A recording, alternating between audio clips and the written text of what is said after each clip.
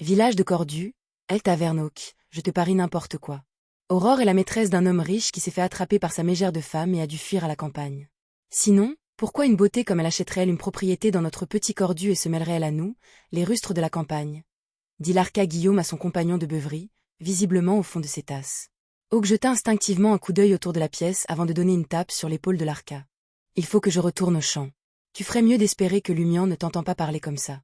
Tu sais comment il se transforme en chien enragé quand il est en colère, et Aurore sait se battre. Elle le soutient toujours. Sur ce, Hawk se leva et quitta El Taverne. Juste au moment où l'arca Guillaume était sur le point de vider son dernier verre, il aperçut une femme sensuelle entrant par la porte. Sa robe rouge ajustée plongeait dramatiquement au niveau de la poitrine, révélant une étendue de peau pâle. Avaler. L'arca ne put s'empêcher d'avaler difficilement, son corps devenant rouge de chaleur. Une fois que la femme s'est installée au bar, il a pris son verre et s'est avancé avec un sourire complice. « Bonjour, belle dame. Puis-je vous offrir un verre ?» Il essayait d'imiter les personnages raffinés des contes de Bard. Dans son style habituel, il aurait été bien plus grossier, quelque chose comme « Salut, meuf » ou « Tu veux boire un verre, chatte ?» La femme, dont les traits n'étaient pas particulièrement frappants mais qui se comportait avec une sensualité indéniable, jeta un coup d'œil à l'arca et sourit. « Le genre de boisson que je veux est cher, au moins un verre d'or. » L'arca a immédiatement compris ce qu'elle voulait dire et a reconnu son métier. Après un moment d'hésitation, il vida le reste de son verre et se frotta les mains. « Très bien alors. Allons-nous, monter à l'étage. » El Taverne avait plusieurs chambres d'hôtes au 2e étage. Les yeux de la séduisante femme brillaient alors qu'elle se penchait avec un sourire timide. « Voudrais-tu essayer quelque chose de plus excitant? Je pensais que nous pourrions. » Elle murmura le reste à l'oreille de l'arca. L'arca se figea, sa respiration soudain lourde, ses yeux prenant une lueur rougeâtre. « Oui, oui. » répondit-il avec empressement. Cette façon de procéder serait plus excitante et lui permettrait d'économiser le coût d'une chambre en plus. Bientôt, il conduisit la femme séduisante vers un entrepôt rudimentaire rempli de bottes de foin. La femme lui échappa et lui lança un regard coquette. « Attendez dehors un moment. Je dois me préparer. »« Préparer quoi ?» demanda l'arca, qui ne supportait pas d'attendre encore une seconde.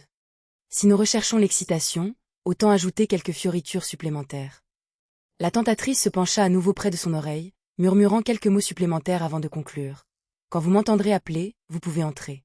Mais rappelez-vous, enlevez d'abord tous vos vêtements. » Huff, huff. Le sang de l'arca lui monta à la tête comme un taureau voyant rouge ou une machine à vapeur faisant monter la pression. « Ne vous inquiétez pas, vous ne m'avez pas encore payé. »« Je ne vais nulle part, » dit la femme, sa main droite passant lentement sur la joue de l'arca avant d'entrer légèrement dans le bâtiment et de fermer la porte en bois derrière elle. Après ce qui semblait être une éternité, même si ce n'était qu'une minute ou deux, l'arca entendit sa voix l'appeler de l'intérieur. « Entrez. » L'arca se précipita en avant, poussant la porte tout en se débarrassant frénétiquement de ses vêtements. Bientôt, complètement nu, il s'est adapté à la faible lumière à l'intérieur du bâtiment. Mais au lieu de la séduisante femme, il ne trouva qu'une brebis grise et blanche debout près du tas de foin, tournant la tête pour le regarder. Avant que l'arca ne puisse comprendre ce qui se passait, un rugissement de colère éclata derrière lui. « Mon mouton. Mon mouton. » « L'arca, qu'est-ce que tu comptes faire à mon mouton ?» Une foule de personnes qui cherchaient l'animal disparu ont fait irruption dans le bâtiment. Mélangés parmi eux, Lumian fit signe à quelqu'un caché dans un coin derrière un tas de foin tout en faisant simultanément un pas de côté pour bloquer la ligne de vue des autres. Au bord de la rivière qui coule doucement à l'extérieur du village de Cordu. Lumian sortit 5 verres d'or et les tendit à la séduisante femme en robe rouge, souriant en disant « Mon petit chou, tu as un vrai talent pour le théâtre. C'est pour gagner sa vie. Louer le soleil. » La femme accepta son paiement, le compta rapidement et offrit une prière de remerciement superficielle. Elle jeta un coup d'œil au beau visage de Lumian et sourit gentiment. « Il reste encore beaucoup de temps. J'ai l'intention de retourner dans cette taverne pour voir si je peux générer plus d'affaires. Mais avant cela, êtes-vous intéressé?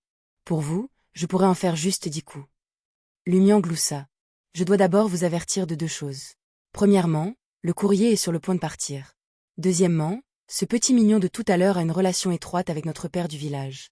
S'il vous trouve, eh bien, je frémis à l'idée de ce qui pourrait arriver. » La femme se figea un instant, puis se força à sourire. « Je devrais vraiment y aller. » Elle a ensuite marmonné.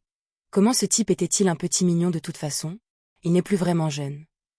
Alors qu'elle parlait, son expérience s'est soudainement déclenchée et elle a éclaté de rire, comprenant la blague. Ce n'est qu'après que la femme sensuelle ait quitté le village de Cordu que Lumian retourna tranquillement vers le bâtiment semi-souterrain de 2 étages à la limite du village. Lorsqu'il poussa la porte, ses pupilles se dilatèrent en signe d'alarme. Aurore se tenait là, vêtue d'une tenue de combat de couleur claire, ses épais cheveux dorés tirés en arrière en une queue de cheval haute. Elle tenait un bâton en bois dans sa main droite, le tapotant doucement contre sa paume gauche. Alors, dit Aurore avec un léger sourire en regardant son jeune frère, « Qu'est-ce que tu as fait maintenant ?»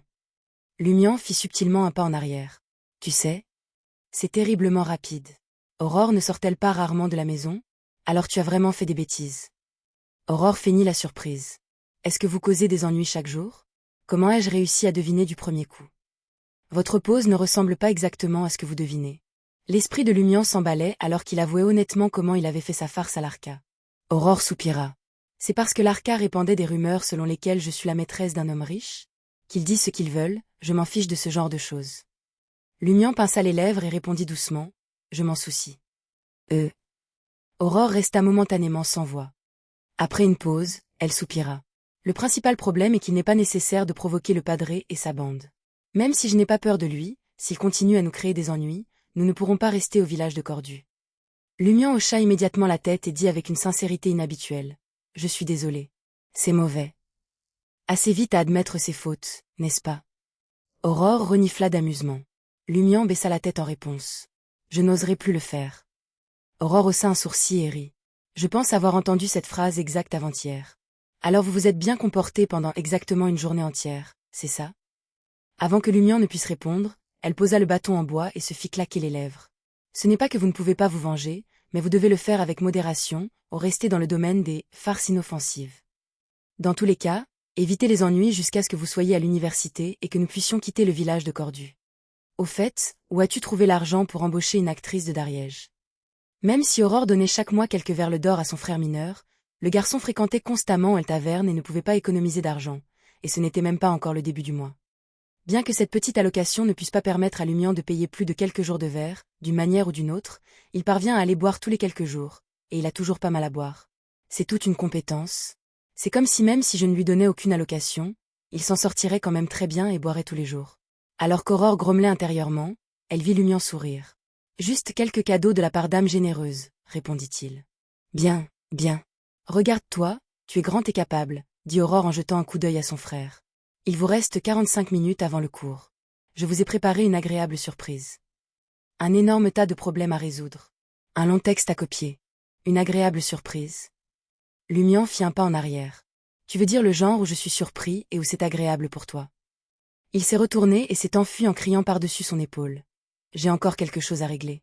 Je serai de retour dans 45 minutes. » Lumian courut jusqu'à la place du village, où il trouva Rémin Greg qui l'attendait comme promis. « Tu as fini ta farce? » demanda Rémin avec impatience. « Puis-je t'aider à copier tes devoirs maintenant? » Pour avoir le privilège d'aider Lumian à copier des textes et à faire ses devoirs, bénéficiant ainsi de cours de vocabulaire et d'autres matières de la part de son ami, il avait donné la majeure partie du salaire durement gagné qu'il avait gagné en aidant les bergers à fabriquer du fromage dans les montagnes.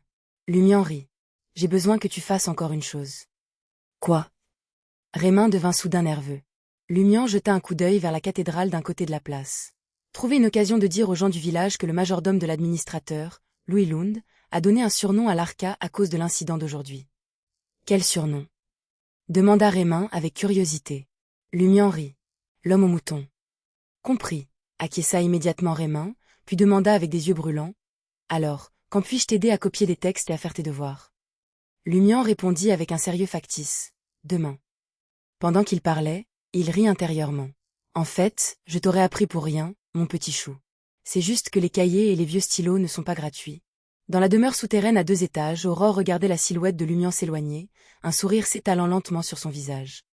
Elle comprenait en fait certaines des sources de revenus de Lumian et savait qu'il exploitait financièrement des amis comme Rémin et Ava sous couvert de leur enseigner du vocabulaire et des connaissances académiques. Mais c'était exactement ce qu'elle voulait. Elle avait remarqué très tôt que chaque fois que Rémin et les autres visitaient leur maison, ils enviaient toujours Lumian d'avoir une sœur si merveilleuse à qui lui apprendre. À l'époque, elle avait envisagé de créer un cours d'alphabétisation, gratuit pour aider tous les enfants du village de Cordu. Mais à la réflexion, c'était quelque chose que l'Église et le gouvernement devraient faire. Si elle assumait cette responsabilité en privé, cela attirerait inévitablement l'attention et même une enquête de la part du père et de l'administrateur.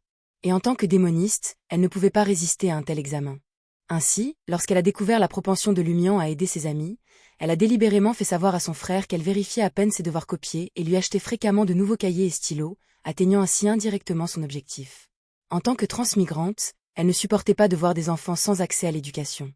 Il y avait aussi une autre raison importante. Aurore retira son regard et s'étira dans le bonheur, une image de contentement. La vie à la campagne pouvait être assez ennuyeuse après un certain temps, et cette bataille d'esprit avec son frère était l'une de ses rares sources de divertissement. La fin.